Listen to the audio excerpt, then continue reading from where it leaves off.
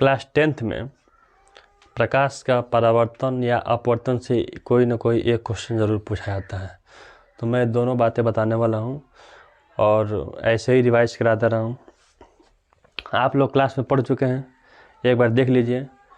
ये जो है क्लास है, इस पूरे क्लास का वीडियो भी रिकॉर्ड हो रहा है, यूट्यूब पर डालना है क्योंकि बहुत बच्चे रिक्वेस्ट किए हैं सर। चलिए रिवाइज करा रहा हूँ और इसमें लिखवाना तो है नहीं। और जो लोग यूट्यूब देख रहे हैं, आप 2-3 बार सुनिएगा वीडियो। तो देखिए, पहले तो प्रकाश पढ़ाया था, तो सबसे पहले मैं प्रकाश के बारे में बताया था कि प्रकाश क्या है। तो आप सबको पता है, मैं पूछूंगा नहीं क्योंकि पूछूंगा तो टाइम ज़्यादा लगेगा, वीडियो बड़ा हो जाएगा। तो प्रकाश यही बताया गया था कि एक प्रकार की ऊर्जा है जो हमें किसी भी वस्तु को देखने में सहायता करती है। फिर से ये बताया गया था कि कैसे ऊर्जा है, तो इसके लिए बताया था कि जैसे प्रकाश जब निकलता है तो सोलर पैनल पे पड़ता है, फिर से वहाँ पे एनर्जी जनरेट होती है, फिर से उससे फैन चलता है, बल्ब जलता है, या फिर बहुत सारी गाड़ियाँ हैं जो सोलर पैनल से चल रही हैं। तो ये कैसे संभव हो पाया है?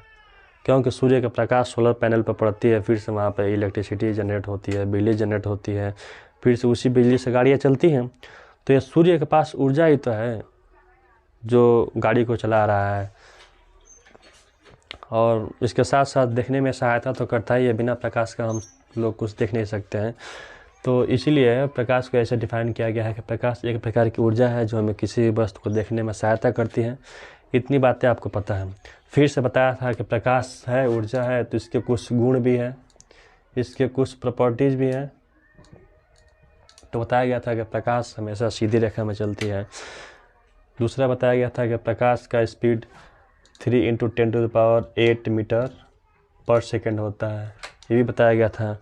उसके बाद बताया गया था कि प्रकाश परावर्तन के गुण को प्रदर्शित करता है, यही ना बताया गया था, परावर्तन के गुण को प्रदर्शित करता है। उसके बाद से बताया गया था प्रकाश अपवर्तन के गुण को प्रदर्शित करता है। प्रकाश हमेशा ये सीधी रेखा में चलती है। मैं शॉर्ट में लिख रहा हूँ, जो वीडियो देख रहे हैं चाहें तो पॉज करके ये सारी बातें लिख भी सकते हैं।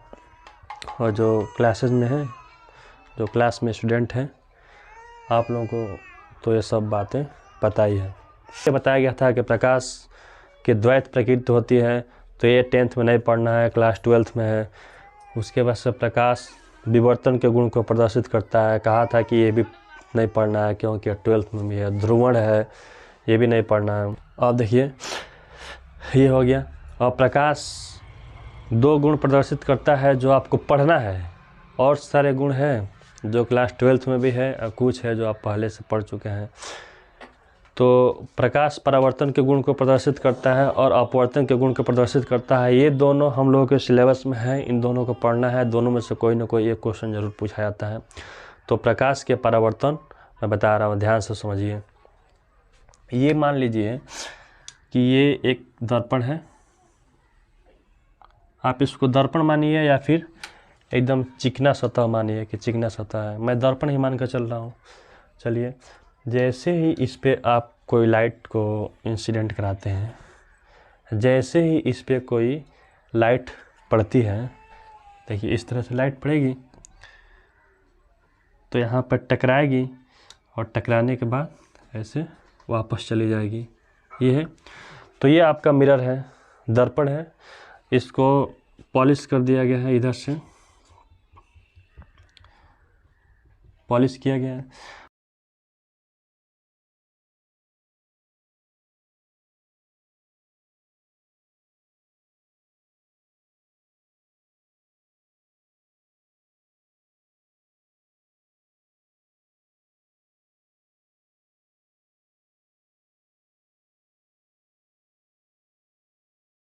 अब ये देखिए, एक ये दर्पण है, तो दर्पण एक माध्यम हो गया, इसको मिटा देते हैं। दर्पण एक माध्यम हो गया।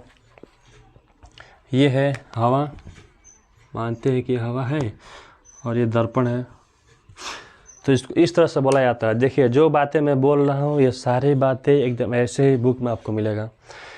देखिए, पहले तो देखते हैं ये क्या है। ये एक दर्पण है, दर्पण पे एक किरण आ रही है, तो आने वाले किरण को आपतित किरण बोलते हैं।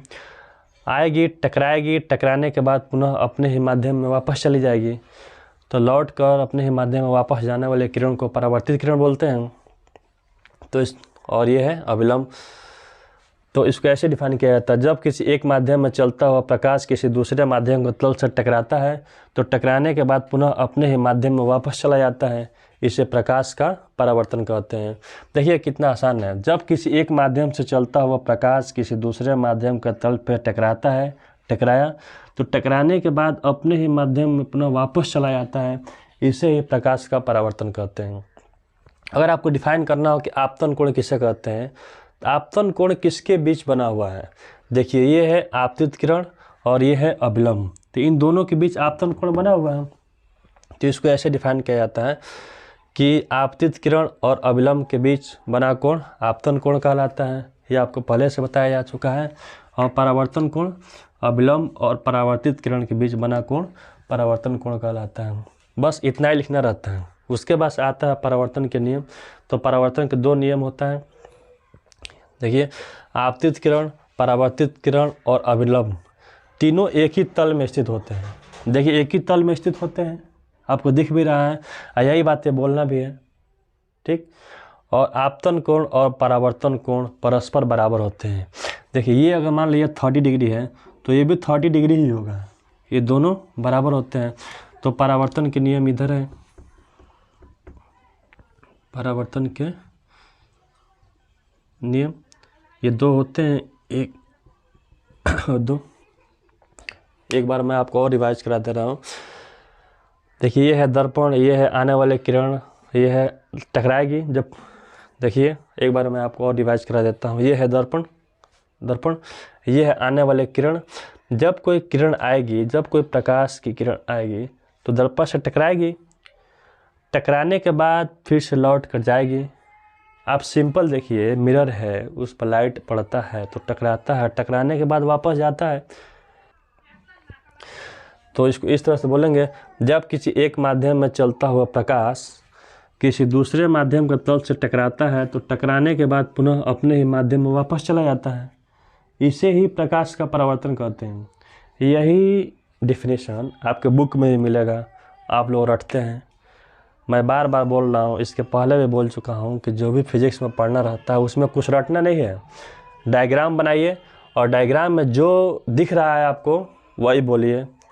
तो ये आपका रिवीजन हो गया कि जब किसी एक माध्यम से चलता हुआ प्रकाश किसी चिकने सतह से टकराता है तो टकरा कर पुनः अपने ही माध्यम में वापस चला जाता है।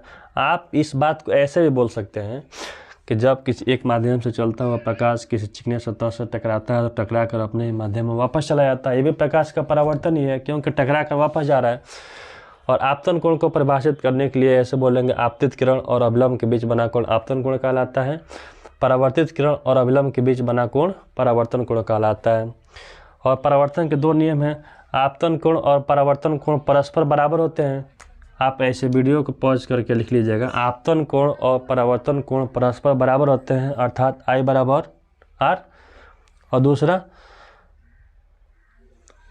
आपतित किरण, परावर्तित किरण और अभिलंब तीनों एक ही तल में स्थित होते हैं, तीनों एक ही तल में स्थित होते हैं, आपको दिख भी रहा है। तो ये हो गया, एक ही तल में स्थित होते हैं।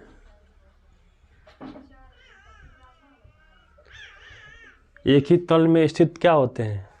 आपतित किरण, परावर्तित किरण और अभिलंब। वीडियो को पॉज करके लिख लीजिएगा और इसके बाद हम प्रकाश के अपवर्तन बताएंगे। ठीक, ये समझ में आया?